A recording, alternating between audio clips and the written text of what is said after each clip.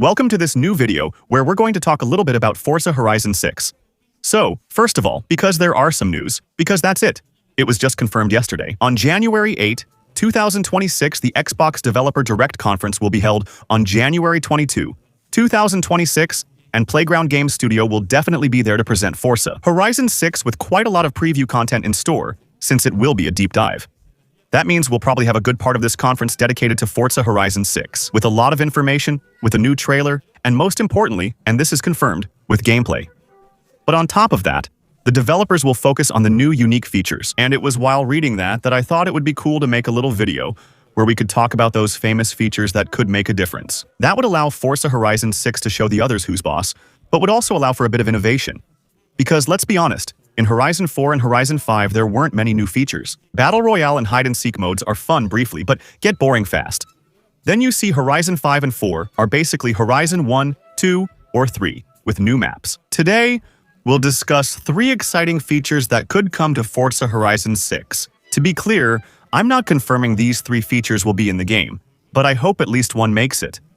I honestly can't think of anything else that could improve the game, to really try to break away from the old formula and to go even further than what they've accomplished so far with Horizon 1, 2, 3, 4, and 5.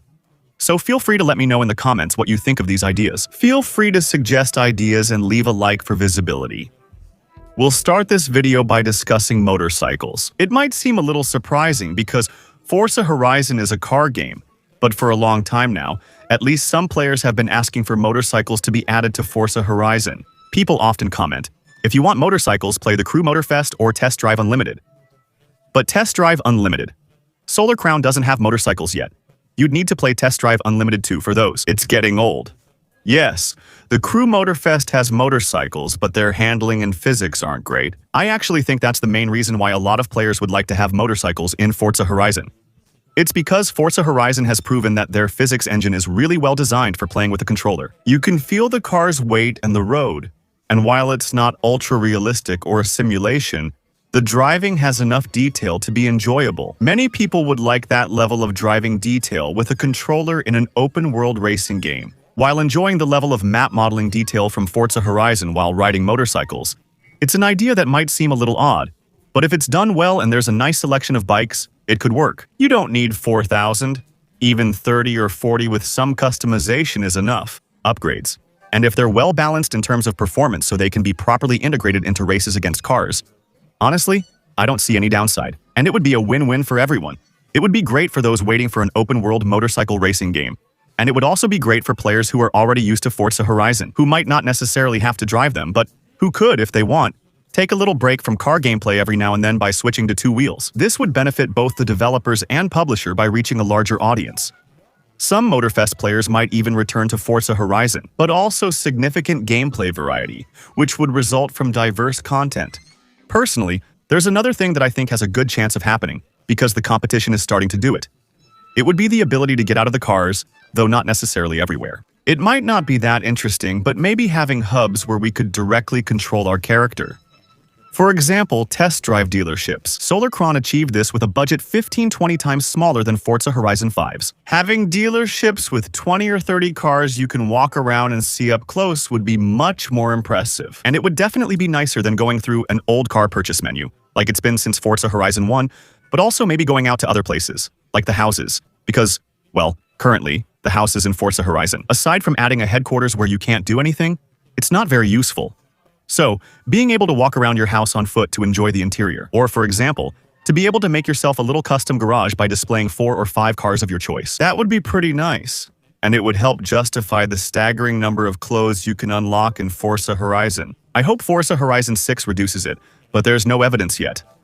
In Horizon 5, there are hundreds of clothing options for your character, even though you rarely see them. The character is in the car because this is a car game, so we're driving. The ability to see your character, to move around a little in certain areas of the open world, would at least let you see how your character is dressed, and what damage he might have. That seems doable to me, considering Forza Horizon's budget and resources. They've recently gained significant experience developing movements, characters, and managing animations, because the studio developed on the same engine that Forza Horizon uses, Forza Tech. The next Fable game is a role-playing game where you'll never be in a car, So that doesn't seem impossible to me, because now they probably have the know-how to do it. And even more than that, they have enough resources to be able to do it. And when you see small projects like Underground Garage, where you can literally go anywhere in the open world and even run into other players on foot, you think there might be something to try there. There's a third feature that could literally allow Forza Horizon 6 to last for years and years and years. It's modding. We discuss it with every new Forza release, but nothing changes. Forza Horizon 5 was an exception, but it was short-lived. Modding is about applying to the game, using objects that were modeled not by the developers, but by the players. There's already a little bit of that in Forza Horizon 5 with the downloadable community map system. But it's absolutely nothing compared to what you sometimes see in other games. Take Assetto Corsa 1, for example. It was a good game with realistic physics, but that's not why it became so popular and kept growing. With more players in 2026 than at its 2014 launch. It's thanks to modding, simply because the game decided to be a kind of base. A technical foundation to which players could add thousands of pieces of content for free. Most of the time, adding the cars of their choice, adding the cities, the places in the world they wanted. Some mods even overhaul physics, enhance graphics, or change menus. In Assetto Corsa, you can customize almost everything. Don't expect that to happen in Forza Horizon. Since it's rated 3 and up and meant for everyone, Forza Horizon avoids things like that. That one day, you never know. We might end up with a slightly offensive mod in the game, something rated 18+ or something like that. Perhaps we could have a system like Project Motor Racing, where players make mods and submit them to a validation system checked by a developer or AI. And then, it's the system that approves it or not, so that it can be downloaded in the game. Given the size of the Forza Horizon community, it would probably allow for the addition of hundreds of cars, probably hundreds or even thousands of customizations, and to customize your gaming experience with a whole bunch of new tools and a whole bunch of new features that would be directly designed by the players. By the way, did you know that Forza Horizon 5 was moddable? It ended quickly since the game didn't officially support it. On Nexus Mods, you could download mods for body kits, new rims, and sometimes extra cars like the Huracan Storado. I made a video about Forza Horizon 5 where we tested it at least a year before it was officially added to the game. There were buggies. There were some silly mods where you could drive a shopping cart, for example. All of that was free on Nexus Mods and could be installed in a few clicks, but developers removed it after an update. And since then, modding on Forza Horizon 5 is over. Still, it would be an excellent solution for them to ensure the possibility of having a game that lasts a long time. A long time, given the game's community. The goal is to create a virtuous cycle. More players lead to more mods and content, which then attract even more players. The good news is we have just 13 or 14 days left before we learn about these unique features. Though we might not know everything right away, there will likely be frequent updates about Forza Horizon 6, possibly daily, similar to Horizon 5 before launch. So, make sure to subscribe, because we're going to talk about it, and we're going to talk a lot about this game this year, for sure.